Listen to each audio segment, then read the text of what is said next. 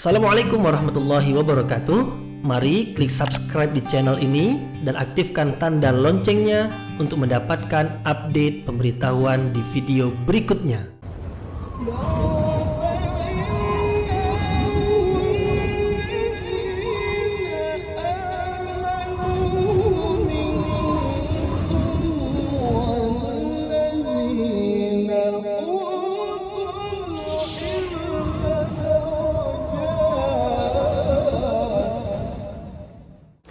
A'udzu billahi minasyaitonir rajim. Bismillahirrahmanirrahim. Assalamualaikum warahmatullahi wabarakatuh.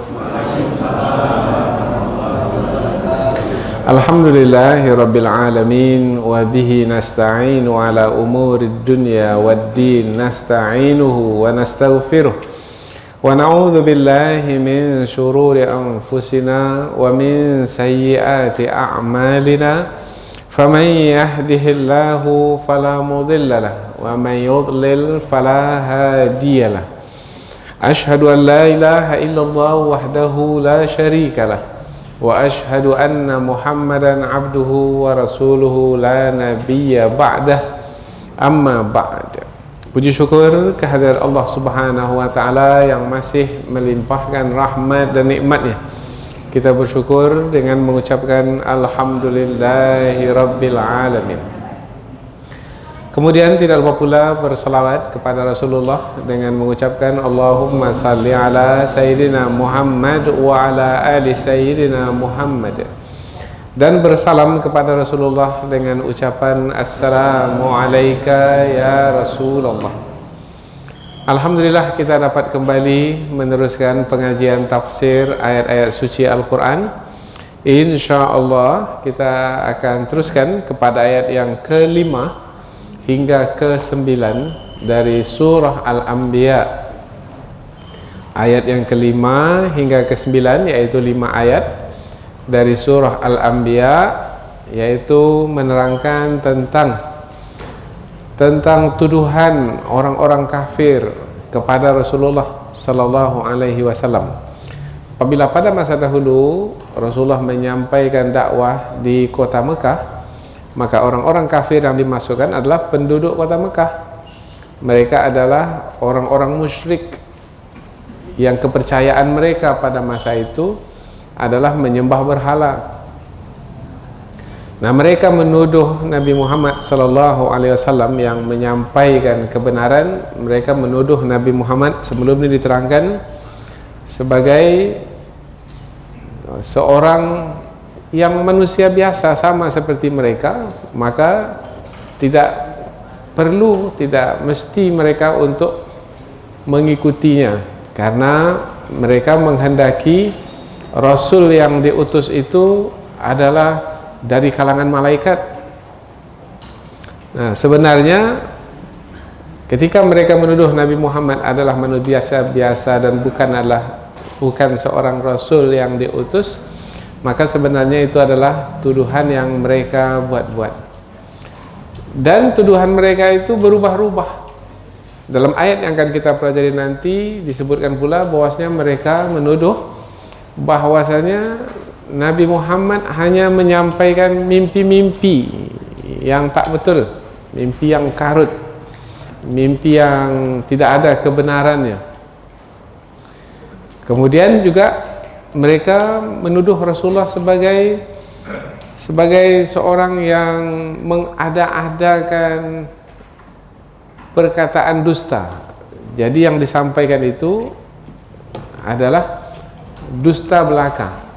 Padahal Rasulullah SAW menyampaikan wahyu dari sisi Allah Subhanahu wa taala. Al-Quran yang Rasulullah sampaikan itu adalah firman-firman Allah Subhanahu wa taala. Tetapi penduduk Mekah, orang-orang kafir yang berada di hadapan Rasul pada masa itu, mereka menuduh Rasulullah SAW telah berbohong sebagai seorang, dengan menyampaikan kepada mereka sebagai seorang Rasul. Kemudian pada kesempatan yang lain mereka juga menuduh Rasulullah sebagai manusia tapi bukan sebagai seorang rasul, tetapi sebagai seorang penyair. Jadi tidaklah wahyu yang disampaikan oleh Rasulullah itu, melainkan ia adalah syair-syair yang digubah oleh Rasulullah sallallahu alaihi wasallam. Jadi bermacam-macam tuduhan mereka lemparkan kepada Rasulullah sallallahu alaihi wasallam, yang kesemua tuduhan tersebut sebenarnya adalah pengingkaran terhadap Nabi Muhammad. Jadi mereka mengingkari Nabi Muhammad itu sebagai seorang rasul.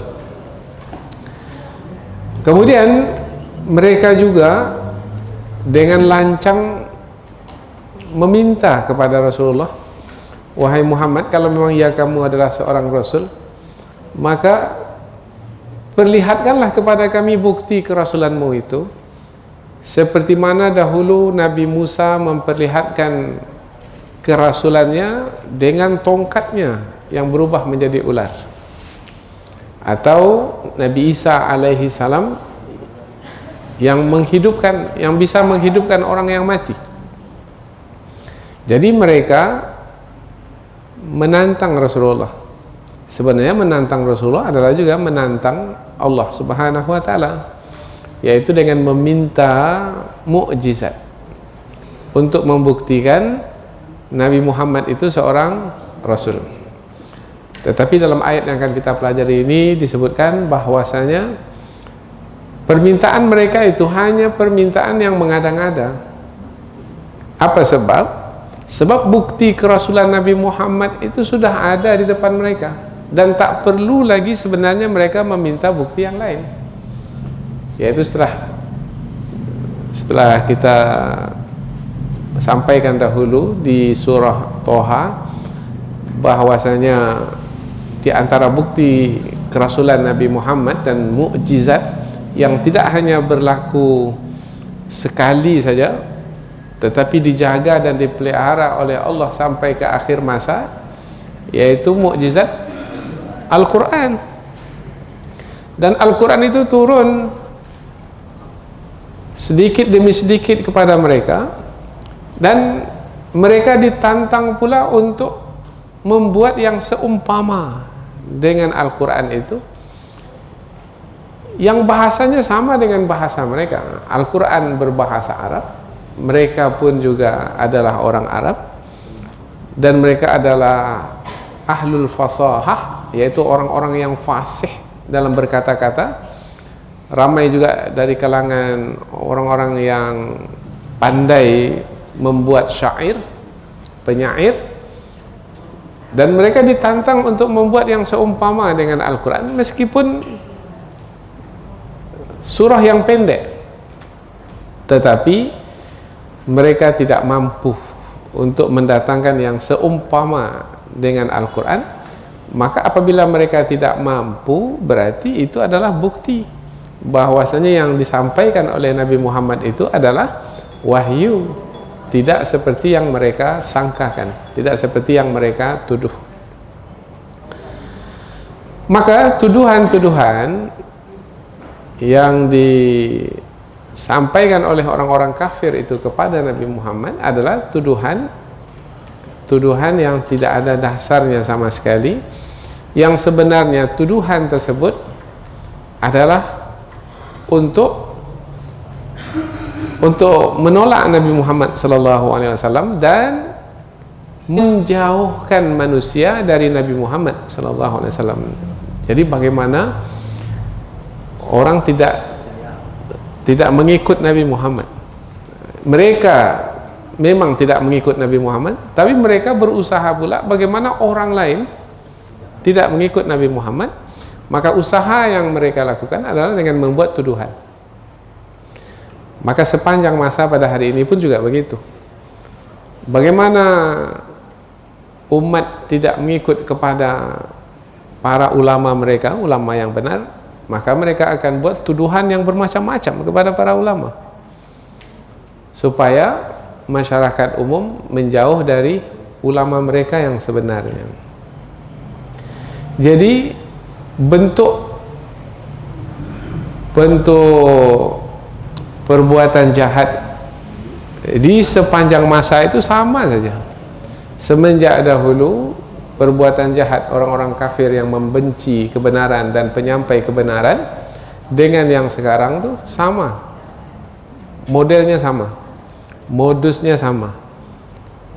Apakah mereka akan berhasil? Tidak. Karena dalam ayat yang akan kita pelajari nanti sudah menjadi janji Allah Subhanahu wa taala. Ayat yang ke-9, ayat terakhir. Sudah menjadi janji Allah bahwasanya Allah akan menguatkan, akan menjaga, akan memelihara dan akan memenangkan rasul-rasulnya. Dan akan membinasakan orang-orang yang menentang, yang memusuhi, yang membenci rasul-rasulnya. Hanya saja mungkin dalam memberlakukan janjinya itu Allah Subhanahu wa taala tidak memberlakukannya dengan serta-merta. Tidak. Rasulullah menjalaninya cukup lama, yaitu 13 tahun di Mekah, kemudian beberapa tahun di Madinah, barulah pada tahun 6 Hijriah ada perjanjian Hudaibiyah, kemudian barulah selepas itu pembukaan kota Mekah dapat ditaklukkan, dan tidak berhenti sampai di situ. Permusuhan sepanjang hidup Rasul sampai Rasulullah wafat berlaku terus menerus, bahkan permusuhan kepada orang-orang beriman pun terus berlaku setelah Rasulullah wafat, yaitu ketika masa Abu Bakar As-Siddiq. Bukan hanya dari kalangan orang-orang kafir yang nyata kekufuran mereka, tetapi juga dari orang-orang yang telah mengaku beriman kemudian mereka murtad dari agama Islam. Jadi sunatullah di sepanjang masa adalah kebenaran, ada saja yang menolak kebenaran.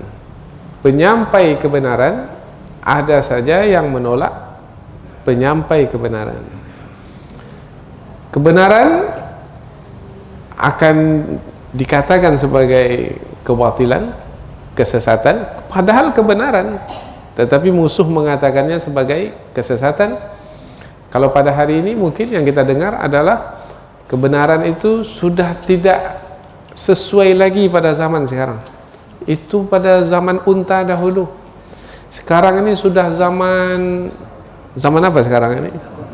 Zaman pesawat. Maka sudah tak relevan lagi, tidak sesuai lagi untuk zaman sekarang. Mereka menolak kebenaran. Kemudian juga menolak penyampai kebenaran. Bahwasanya orang-orang yang menyampaikan kebenaran tidak membawa kepada kemajuan. Ini yang menyampaikan kebenaran, yang menyampaikan dakwah ini adalah orang yang mengembalikan manusia hari ini ke zaman primitif dahulu. Nah, ini bahasa yang kita dengar. Padahal sebenarnya siapa yang memahami tentang wahyu, bahwasanya nilai wahyu itu adalah tetap sesuai, bermanfaat, mendatangkan maslahat di sepanjang zaman.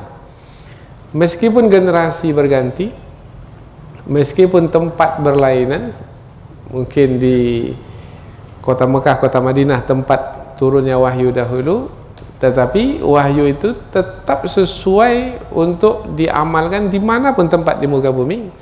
Karena wahyu yang turun dari sisi Allah itu Allah menurunkannya untuk di setiap zaman dan di setiap tempat. Tetapi ada saja manusia yang tidak menerima wahyu yang turun dari sisi Allah itu, padahal wahyu itu diturunkan adalah sebagai petunjuk bagi manusia. Allah Subhanahu wa taala yang menciptakan manusia, dan Allah pula yang mengetahui petunjuk bagi manusia tersebut. Dan Allah tidak membiarkan manusia untuk mencari dan menetapkan petunjuk itu sendiri. Apa sebab? Sebab manusia memiliki keterbatasan dalam mengetahui hakikat yang sebenarnya bagi kehidupan. Belum tentu yang difahami benar oleh manusia itu adalah pasti benarnya. Belum tentu yang difahami oleh manusia itu salah adalah pasti kesalahannya. Karena ilmu manusia yang sedikit. Wa ma utitum minal ilmi illa qalila. Tidaklah kamu diberi ilmu melainkan sedikit sekali. Maka bagaimana manusia memiliki ilmu sedikit akan membuat petunjuk yang sifatnya sempurna? Tak akan mungkin. Maka Allah Subhanahu wa ta'ala langsung yang menurunkan petunjuk yang sifatnya sempurna, dan tidak akan mungkin petunjuk itu memiliki sifat sempurna kalau tidak turun dari zat yang maha sempurna. Disinilah perlunya wahyu itu diturunkan. Nah, wahyu diturunkan kepada siapa? Kepada Rasul, yaitu manusia juga yang dipilih oleh Allah untuk menerima wahyu tersebut. Dan Allah tidak menjadikan malaikat itu sebagai Rasul, karena Rasul itu adalah sebagai yang diikuti, sebagai yang dicontoh. Maka kalau malaikat yang tak bisa dilihat itu dijadikan sebagai Rasul, bagaimana mau mengikutinya? Bagaimana akan mencontohnya? Maka Rasul dipilih oleh Allah dari kalangan manusia itu sendiri, sehingga mudah bagi manusia yang lain untuk mengikuti dan mencontoh Rasul tersebut. Tapi itu pula yang dijadikan sebagai alasan oleh orang yang tidak mau mengikuti Rasul. Kami baru mau mengikuti Rasul kalau Rasul itu dari kalangan malaikat. Sebenarnya itu hanyalah alasan yang dibuat-buat. Sebenarnya yang tersimpan dalam hati kita pun dah mengetahui, yaitu tidak mau menerima kebenaran, tidak mau mempercayai Rasul yang diutus itu sebagai Rasul penyampai kebenaran. Jadi mereka pun membuat tuduhan-tuduhan, yang tuduhan itu sebenarnya adalah untuk lari dari mengikuti kebenaran. Nah, inilah yang akan kita pelajari insyaallah, yaitu masih lagi berkaitan dengan Rasulullah sallallahu alaihi wasallam sebagai yang menyampaikan kebenaran, yaitu berupa Al-Qur'an yang isinya adalah petunjuk untuk kehidupan. Sebagaimana biasa, kita akan membaca ayat terlebih dahulu, kemudian kita akan terjemahkan. Selepas itu barulah kita akan pindah ke tafsir ayat. Allah Subhanahu wa ta'ala berfirman, A'udzu billahi minasyaitonir rajim. Bismillahirrahmanirrahim. Bal qalu adghathu ahlamin bal iftarahu bal huwa sya'ir falyatina bi ayatin kama ursilal awwalun ma amanat qablahum min qaryatin ahlaknaha afahum yu'minun wa ma arsalna qablaka illa rijalan nuhi ilaihim fas'alu ahla dzikri in kuntum la ta'lamun wa ma ja'alnahum jasadan la ya'kuluna at-ta'am wa ma kanu khalidin thumma sadaqnahumul wa'da fa anjaynahum wa man nasha' wa ahlaknal musrifin. Allah Subhanahu wa ta'ala berfirman, bal, akan tetapi, qalu, mereka berkata. Siapa mereka yang berkata? Orang-orang kafir. Adghathu ahlam. Ahlam itu mimpi, adghath itu kacau atau karut yang tak ada manfaat. Mereka mengatakan yang disampaikan oleh Nabi Muhammad itu adalah mimpi-mimpi yang kacau. Bal iftarahu, bahkan itu yang disampaikan oleh Nabi Muhammad itu adalah yang diada-adakannya. Dia sendiri yang buat-buat itu dari dirinya sendiri, bukan wahyu. Ini tuduhan mereka. Bal huwa syair, bahkan dia itu adalah seorang penyair. Yang dia sampaikan itu adalah syair yang dia buat sendiri itu. Falyatina, maka hendaklah dia mendatangkan kepada kami biayatin, dengan satu tanda kekuasaan. Mereka minta mukjizat diperlihatkan kepada mereka. Kama, seperti mana ursila, yang diutus al-awwalun, rasul-rasul yang terdahulu. Jadi mereka meminta, kalau memang ya Muhammad itu seorang rasul, cobalah perlihatkan mukjizat seperti Nabi Musa dahulu memperlihatkan mukjizat.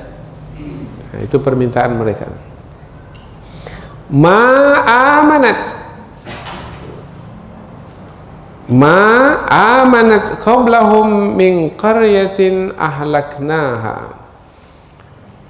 Tidaklah beriman sebelum mereka dari kampung atau suatu desa.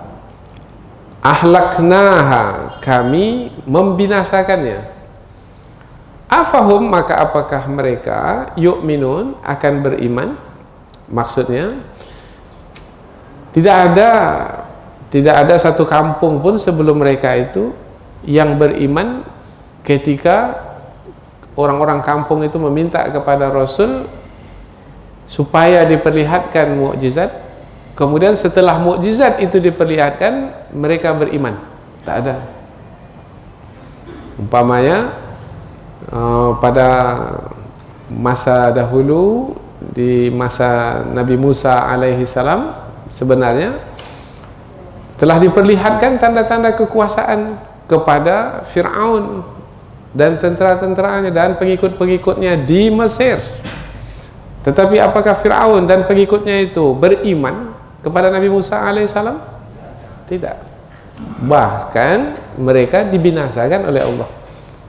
Maka apabila mereka penduduk kota Mekah yang kafir itu juga meminta kepada Nabi Muhammad untuk diperlihatkan mukjizat, apakah ada jaminan setelah Nabi Muhammad memperlihatkan tanda kekuasaan Allah berupa mukjizat, mereka akan beriman? Nah, kalau mereka tak beriman, maka nanti akan berlaku seperti mana berlakunya pada kampung-kampung terdahulu, yaitu kebinasaan. Apa mereka mau seperti itu? Nah, ini maksud dari ayat ini. Karena kalau kita terjemahkan secara harfiah, secara lurus-lurus, susah kita untuk memahami, maka perlu kita memberikan penjelasan.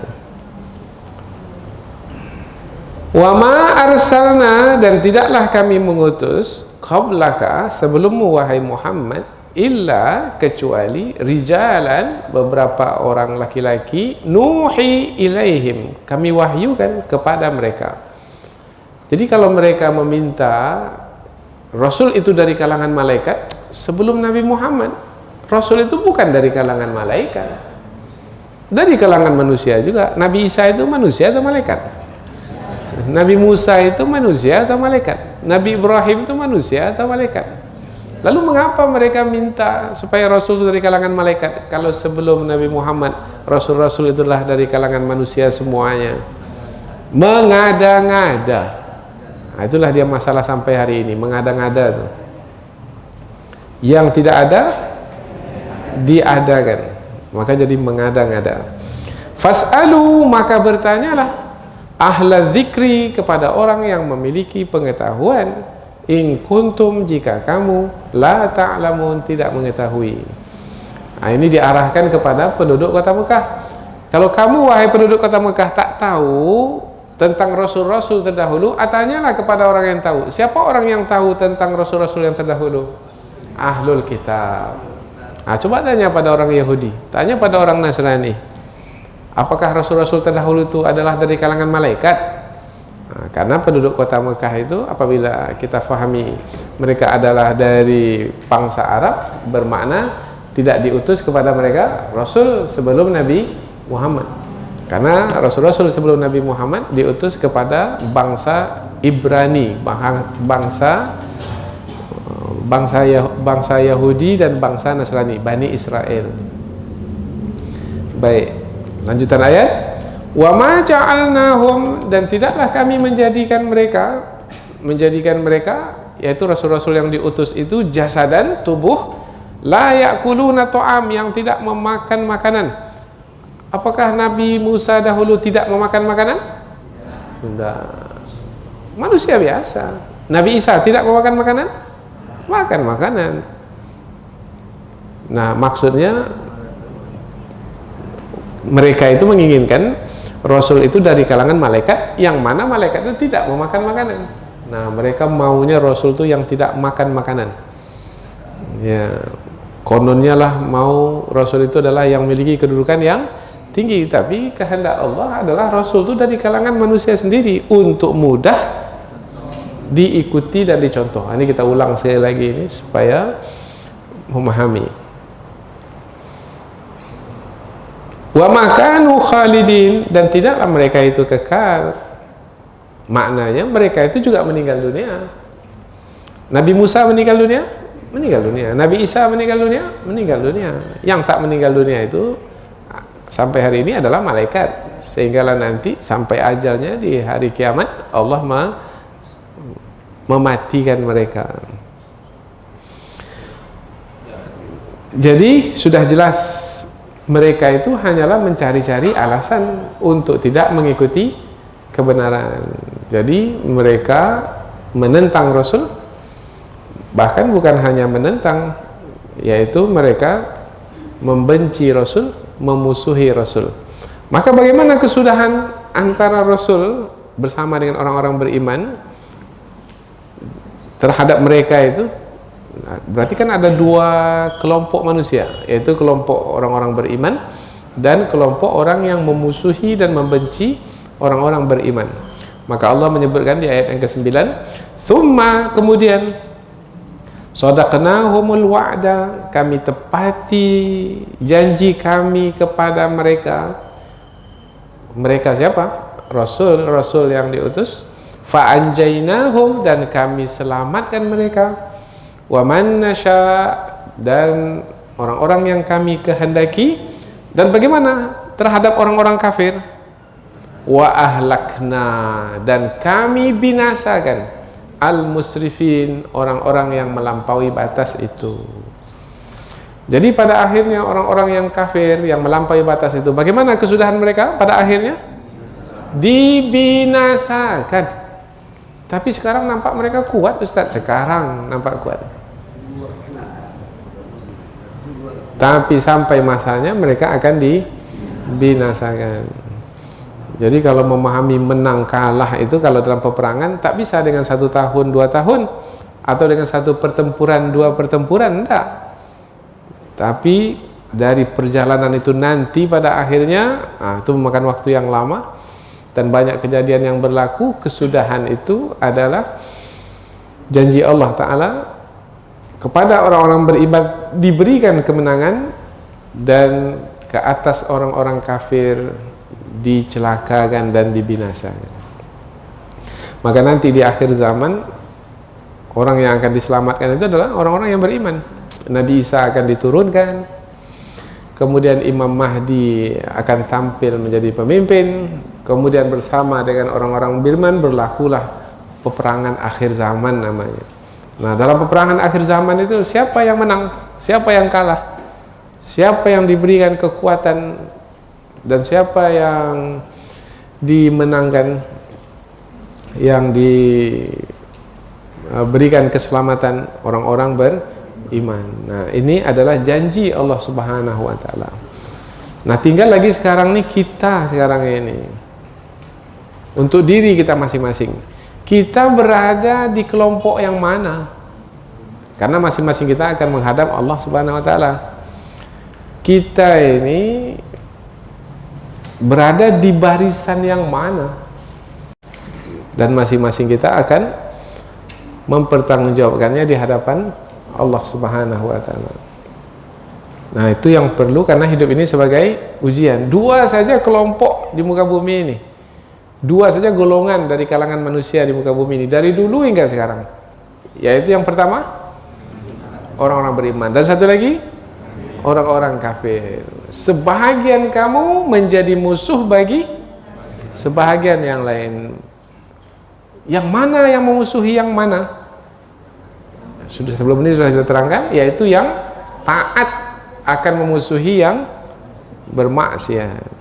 Yang taat akan memusuhi yang taat? Tidak. Yang bermaksiat akan memusuhi yang bermaksiat? Iya. Iya. Yang bermaksiat dengan yang bermaksiat itu iya. Akan bermusuhan juga, kecuali kalau terhadap orang-orang beriman. Mereka akan bersepakat untuk memusuhi orang-orang beriman. Perampok dengan perampok itu, ketika dia merampok dia bersepakat, tapi ketika membagi hasil rampokan, itu baru dia berselisih. Satu untuk saya, satu untuk kamu. Satu untuk saya, dua untuk saya. Akhirnya mereka bergaduh. Ya, maka nampak saja orang-orang kafir itu satu kesatuan. Tahsabuhum jami'an wa qulubuhum syatta. Tapi kalau kamu teliti, hati mereka itu akan berselisih antara satu dengan yang lain. Yang menyatukan mereka itu kepentingan. Kalau kepentingan sudah tak didapatkan, maka akan buat kelompok yang baru, partai baru. Barisan sakit hati namanya. Maka banyaklah kelompok. Jadi kamu menganggapnya satu kesatuan mereka itu. Tidak. Mereka itu nampaknya satu kesatuan, tapi hati mereka itu sebenarnya terpecah-pecah antara satu dengan yang lain. Jadi yang menyatukan itu sebenarnya apa? Iman. Karena apabila seorang beriman tidak ada lagi berkepentingan duniawi. Orang-orang yang beriman, mereka beramal karena keimanan mereka kepada Allah. Tujuan mereka adalah akhirat. Maka dunia tidak menjadi tujuan. Dunia andaikan tak dapat pun tak apa, asalkan pengorbanan yang diberikan di dunia itu adalah untuk membuktikan keimanan karena ingin mendapatkan balasan yang besar di hari akhirat. Nah, inilah dia 5 ayat yang akan kita pelajari. Kita baca terjemahan dari awal karena perlu kita menyampaikan penjelasan yang agak panjang sedikit sebelum kita pindah ke tafsir, supaya kita lebih mudah nanti untuk memahami kedudukan ayat. Bahkan mereka mengatakan mimpi-mimpi yang karut. Bahkan dia Muhammad itu mengada-adakan dusta. Bahkan dia itu seorang penyair. Maka datangkanlah kepada kami satu tanda kekuasaan Allah seperti mana yang diberikan kepada rasul-rasul yang diutus pada masa dahulu. Tidaklah beriman suatu kampung sebelum mereka dengan meminta tanda kekuasaan Allah, melainkan ketika diperlihatkan tanda kekuasaan Allah mereka tidak beriman, maka kami binasakan mereka. Maka apakah mereka itu tidak akan beriman? Dan tidaklah kami mengutus sebelum wahai Muhammad, melainkan yang kami utus itu adalah beberapa orang lelaki yang kami wahyukan kepada mereka wahyu.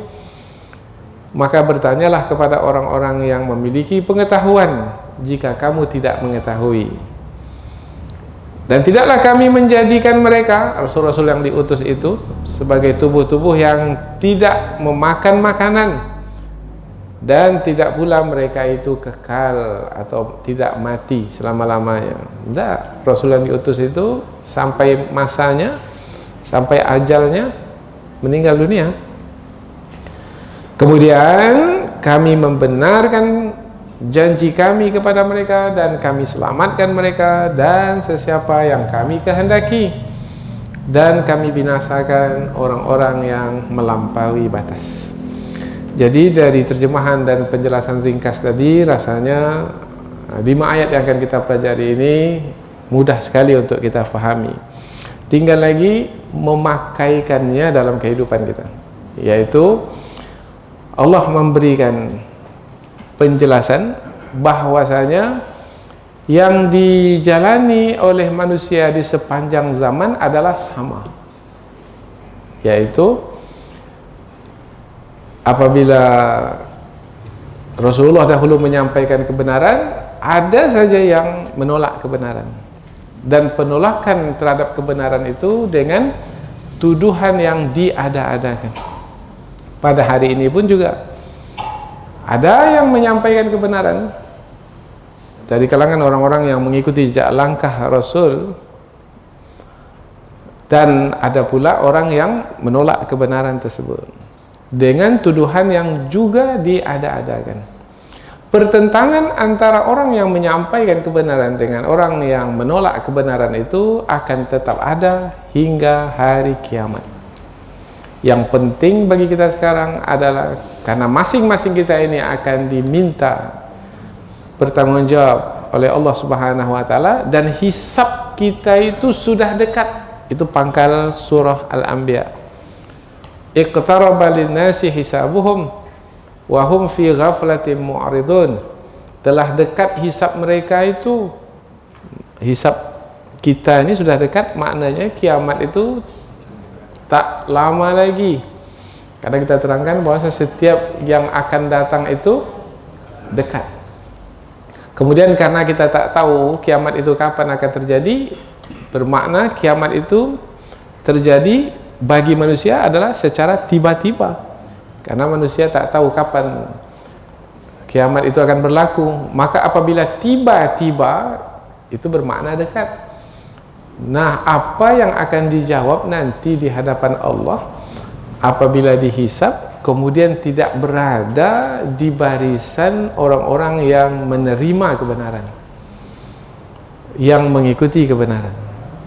Nah, masing-masing kita mestilah menjaga diri baik-baik, karena semua kita akan diminta pertanggungjawabnya oleh Allah Subhanahu wa taala. Tak ada siapa yang akan terlepas dari hisab nanti di hari akhirat. Fa amma man utiya kitabahu bi yaminihi fasawfa yuhasabu hisaban yasira wa yanqalibu ila ahlihi masrura. Barang siapa yang kitab catatan amalnya itu datang dari sebelah kanannya, maka dia akan dihisab dengan hisab yang mudah, dan dia akan kembali kepada keluarganya dengan gembira. Kita berharap hisab yang seperti itu nanti yang diberlakukan ke atas diri kita. Tetapi apakah semua manusia akan dihisab seperti itu? Tidak, ada yang susah hisabnya. Wa amma man utiya kitabahu wara'a dhahrih. Barang siapa yang buku catatan amalnya datang dari sebelah belakangnya atau dari sebelah kiri di ayat yang lain, fasawfa yad'u thubura, maka dia akan berteriak, celakalah aku. Nah, tapi teriak ketika itu tak ada gunanya. Mengapalah aku dahulu menolak kebenaran? Mengapalah aku dahulu menentang orang-orang yang menyampaikan kebenaran? Mengapa aku dulu berada di kelompok orang-orang yang membenci kebenaran dan membenci orang-orang yang menyampaikan kebenaran? Menyesal pada masa itu tak ada gunanya. Menyesal kemudian sia-sia. Inilah dia 5 ayat yang akan kita pelajari. Jadi masih sangat berkaitan sekali dengan 4 ayat yang pertama sebelum ini. Kita pindah ke tafsir ayat, yaitu penjelasan yang lebih panjang dari ayat. Bal qalu adghathu ahlam. Bahkan mereka mengatakan yang disampaikan oleh Rasulullah itu adalah mimpi-mimpi yang karut. Bahkan kalau kita jumpa kata bahkan, berarti ayat ini sambungan dari ayat yang sebelumnya. Kalau ayat ini berupa tuduhan, mereka menuduh bahwasanya Nabi Muhammad menyampaikan mimpi-mimpi yang karut, bermakna sudah ada tuduhan sebelum ini. Apa tuduhan sebelum ini? Mereka menuduh Nabi Muhammad sebagai seorang penyihir. Apakah kamu mendatangi si tukang sihir itu? Jadi mereka mengatakan kepada manusia, mereka orang-orang kafir itu mengatakan kepada penduduk kota Mekah, kalau kita buat kepada penduduk kota Mekah pada masa dahulu, sebenarnya orang yang datang kepada Muhammad itu, kemudian mengikuti Nabi Muhammad itu adalah karena dia telah disihir oleh Nabi Muhammad itu. Karena yang dilakukan oleh Muhammad itu adalah sihir. Jadi mereka menuduh Nabi Muhammad sebagai tukang sihir. Sama dahulu persis Seperti tuduhan siapa kepada siapa? Fir'aun. Kepada siapa? Musa. Itu si Musa itu tukang sihir itu, kata Fir'aun. Karena orang kalau sudah benci dia tak hormat lagi. Nah, pakai si aja dia lagi. Nah, kalau kita apabila menjumpai seseorang itu punya kedudukan, maka kita akan menyanjung dan memuji seorang itu, yaitu dengan gelaran. Maka kita selalu menyebut Nabi Musa, kita menyebut Nabi Muhammad. Tetapi apabila orang kafir yang tidak mengakui Nabi Muhammad sebagai Nabi, apakah mereka akan menyebut Nabi Muhammad? Tidak. Maka dalam penyampaian, apabila yang berkata itu orang-orang kafir, kita tak guna kata Nabi. Nah, karena kalau kita guna kata Nabi, seperti ada ketidakserasian ya di dalam penyampaian kita. Maka mereka membuat tuduhan yang baru. Berarti mereka tidak konsisten dalam menuduh. Orang yang konsisten menuduh tuh, kalau seseorang itu dituduh sebagai ahli sihir, selama-lamanya ahli sihir. Tapi sekali-sekali mereka menuduh Nabi Muhammad sebagai ahli sihir, kemudian pada kali yang lain Nabi Muhammad ini sebagai orang yang hanya cerita tentang mimpi yang tak berguna. Adghasu ahlam, mimpi yang tak berguna. Berarti mimpi itu ada juga yang berguna? Ada. Mimpi itu ada 3. Ada mimpi dari Allah atau berguna. Biasanya mimpi yang dari Allah itu berupa isyarat yang baik untuk mendapatkan kebaikan. Kemudian mimpi dari syaitan, itu mimpi yang buruk. Kemudian ada mimpi apa yang dibuat dahulu ketika bangun, terbawa dia ke dalam tidur. Jadi sekedar mainan tidur saja. Nah, mereka mengatakan yang disampaikan oleh Muhammad itu bukan mimpi yang dari Allah, itu bukan. Itu adalah dari syaitan. Mimpi karut, mimpi yang tak ada manfaat sama sekali. Jadi mereka menjatuhkan kedudukan Nabi Muhammad dengan menuduh Nabi. Tetapi akan jatuhkah wibawa kedudukan seseorang yang benar itu dengan tuduhan yang dusta? Tidak. Jadi kalau ada orang yang memfitnah kita dengan dusta, dengan kebohongan, tidak akan jatuh kedudukan kita, tidak. Orang yang menuduh itu yang akan jatuh kedudukannya. Karena akan semakin diketahui bahwasanya dia adalah pembohong. Karena biasanya sifat orang yang pembohong itu dalam berkata-kata selalu berubah-ubah. Semalam mengatakan Nabi Muhammad sebagai tukang sihir. Hari ini mengatakan Nabi Muhammad sebagai penyebar mimpi. Kalau orang berakal, ini yang mana satu yang betul nih? Yang semalam atau yang hari ini? Maka hakim itu kalau mau mengetahui seorang itu benar atau berdusta dalam berbicara, dalam menyampaikan kesaksian, hakim itu akan bertanya berkali-kali. Yang ditanyakan sama, tapi mungkin pertanyaannya itu dirubah-rubah untuk memancing dia menjawab. Nah, apakah jawaban itu sama atau tidak? Kemudian dilamakan sedikit pembicaraan di pengadilan itu. Yang 3 bulan yang lalu ditanyakan kembali.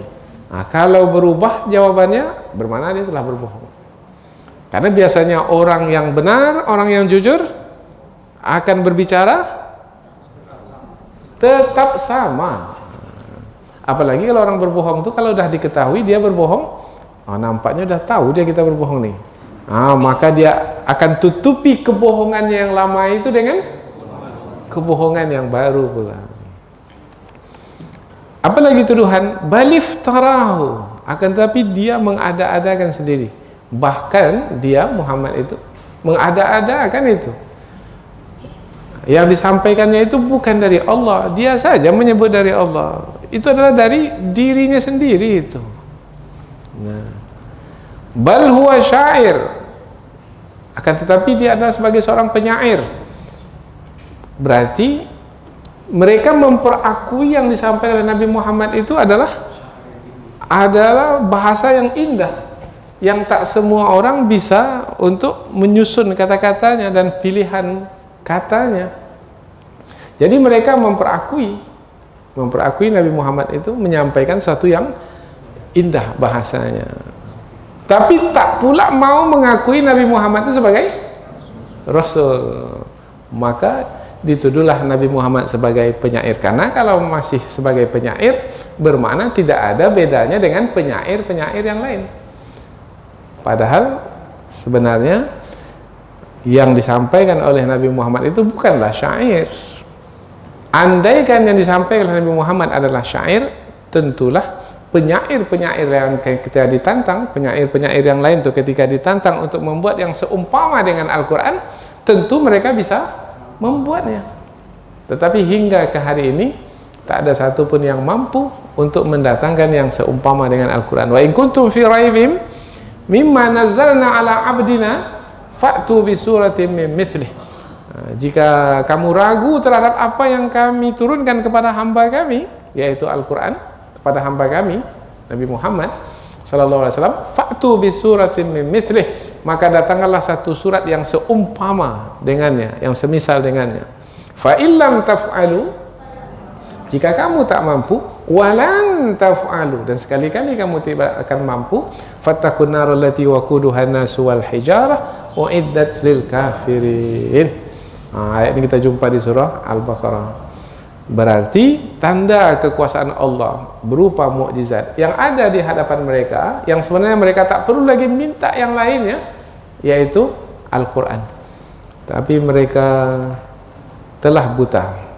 Bukan mata yang kepala itu yang dibuta, tapi mata yang ada di hati.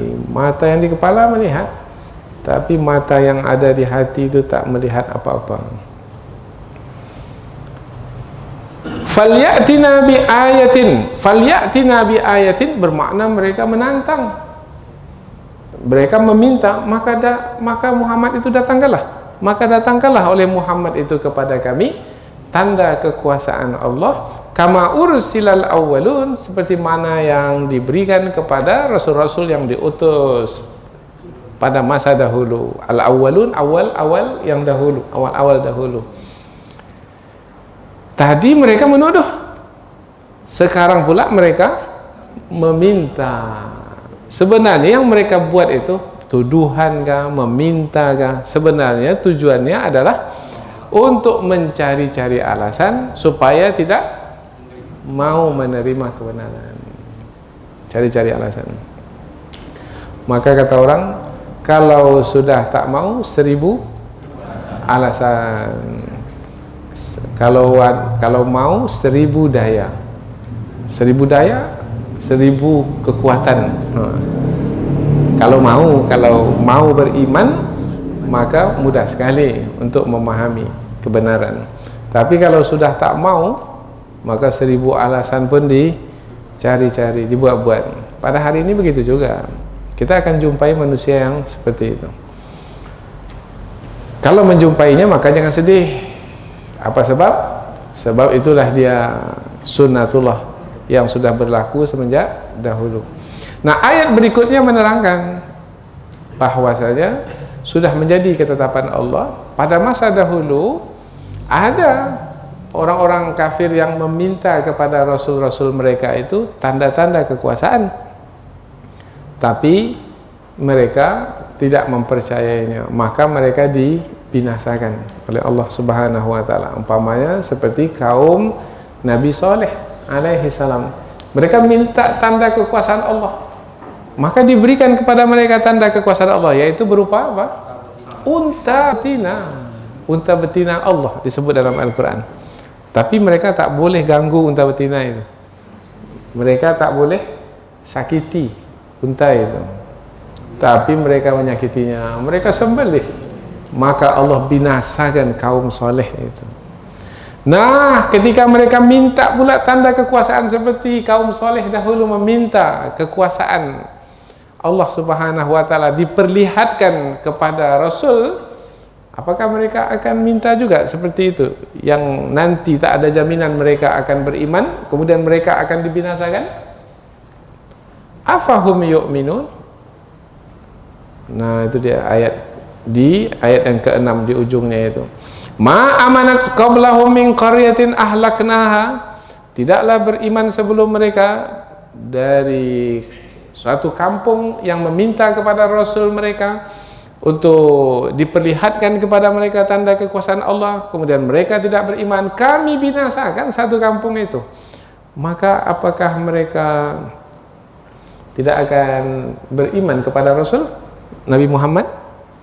Masih juga mencari-cari alasan untuk tidak beriman kepada Rasul, kepada Nabi Muhammad? Kalau ya, bermakna tidaklah yang mereka tunggu melainkan kebinasaan, kecelakaan. Kemudian tentang Rasul yang diutus, mereka menolak Nabi Muhammad sebagai Rasul karena Nabi Muhammad manusia. Mereka ingin Rasul itu dari kalangan malaikat. Nah, sebenarnya seperti yang kita sampaikan tadi, hanya mencari-cari alasan. Maka Allah memberikan penjelasan, kalau mereka menolak Nabi Muhammad sebagai seorang Rasul disebabkan karena Nabi Muhammad adalah seorang manusia seperti mereka, mengapa pula mereka tak menolak Rasul-Rasul terdahulu yang juga dari kalangan manusia? Mestinya kalau menolak Nabi Muhammad sebagai Rasul dari kalangan manusia, tolak pula lah Nabi Isa, Nabi Musa, Nabi Ibrahim. Tapi mereka tidak menolaknya pula. Lalu apa yang buat mereka tidak konsisten seperti itu? Berubah-ubah seperti itu? Atau cara berfikir mereka itu terbalik seperti itu? Sebabnya adalah karena memang mereka mencari-cari alasan untuk tidak beriman. Jadi kalau kita dalam menyampaikan dakwah, kemudian kita jumpai ada orang mencari-cari alasan, jangan letihkan lagi badan menyampaikan dakwah kepadanya. Kalau nampak oleh kita itu cari-cari alasan, sudahlah, tinggalkan aja lah. Nanti capek kita, penat, letih. Nah, jadi sampaikan dakwah kepada orang yang memang mau mendengar. Tapi kita kan tak tahu yang mana yang mau. Sampaikanlah, sampaikan. Setelah itu mana yang bertanya dan pertanyaannya itu ingin mencari tahu lebih, kepada mereka berikan tumpuan perhatian. Tapi setiap kali kita berikan ada aja alasan, setiap kali berikan ada aja alasan, tinggalkan aja lah. Jangan habiskan waktu, karena waktu kita sangat berharga sekali dan masih banyak pekerjaan dakwah yang lain yang mesti kita kerjakan. Ada orang yang seperti itu pada hari ini? Ada, sepanjang masa ada. Fas'alu ahla dzikri in kuntum la ta'lamun. Ini perintah Allah kepada penduduk kota Mekah yang meminta, yang mengharapkan Rasul yang diutus itu dari kalangan malaikat. Padahal Rasul-Rasul yang terdahulu adalah dari kalangan manusia. Tak percaya Rasul-Rasul dahulu dari kalangan manusia? Silahkan tanya. Fas'alu, hendaklah mereka itu bertanya. Kepada siapa yang bertanya? Kepada siapa bertanya tentang Rasul-Rasul terdahulu itu? Nah, kepada ahlul kitab. Maka dikatakan yang dimasukkan dengan ahlul dzikri di sini orang yang punya pengetahuan tentang kitab suci yang telah turun sebelum Rasulullah, Taurat, Zabur dan Injil. Maka mereka itu disebut ahlul kitab. Tanyalah kepada orang Yahudi itu, Rasul mereka itu dari kalangan malaikat atau dari kalangan manusia?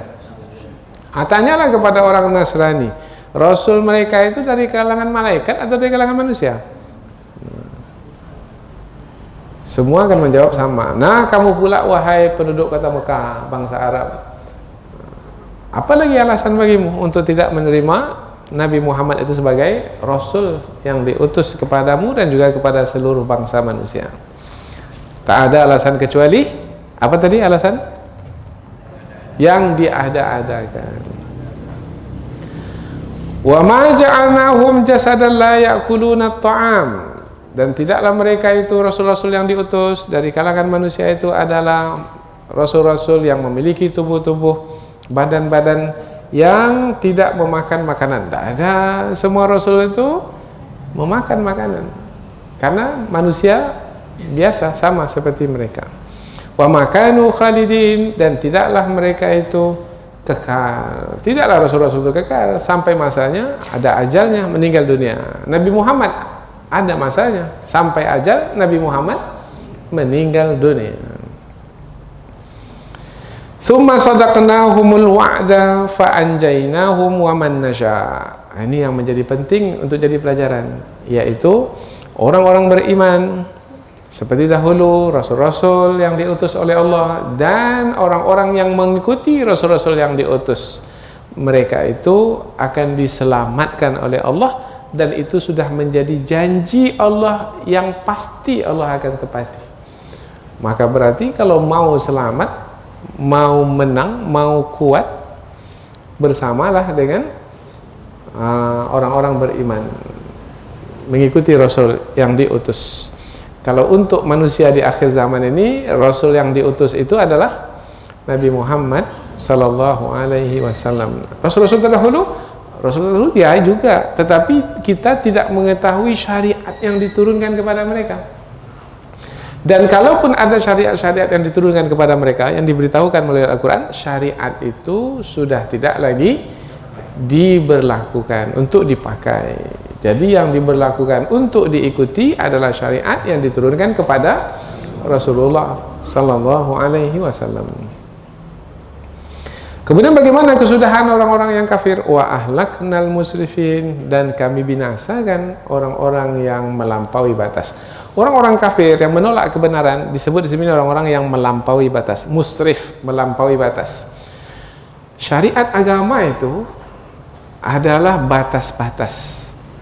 Buat ini, buat ini, buat ini, jangan buat ini, jangan buat ini, jangan buat ini. Itulah dia batasan itu.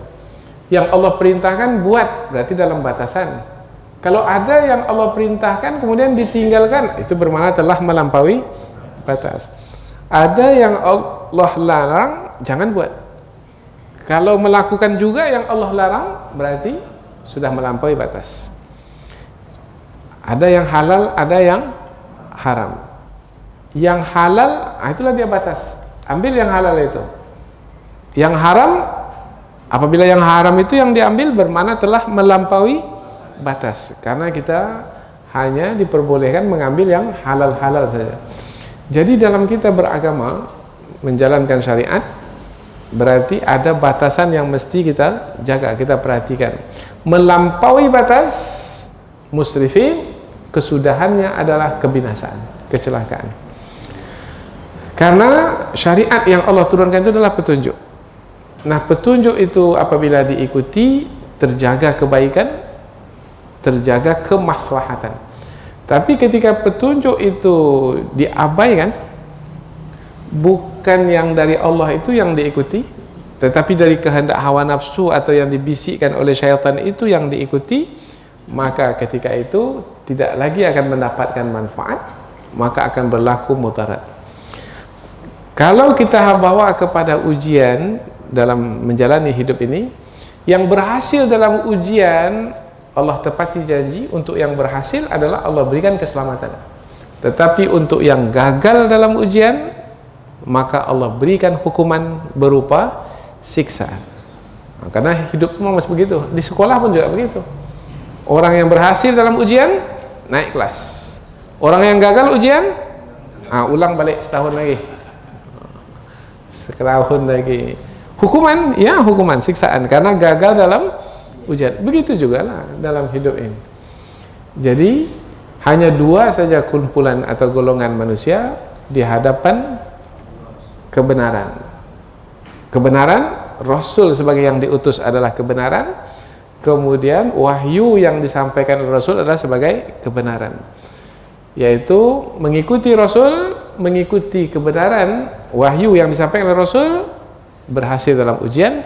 Menolak atau meninggalkan Rasul, meninggalkan apa yang disampaikan Rasul, bermakna gagal dalam ujian. Yang berhasil adalah orang-orang yang beriman, disebut beriman, dan yang gagal itu adalah orang-orang kafir. Mereka adalah orang-orang yang melampaui batas. Dengan demikian jelas sudah 5 ayat ini bermakna pelajaran yang sangat berharga bagi kita, bahwasanya kita juga menjalani seperti manusia pada masa dahulu menjalani hidup, yaitu kita dihadapkan kepada kebenaran. Akankah kita mengikuti kebenaran itu atau membelakangi kebenaran itu?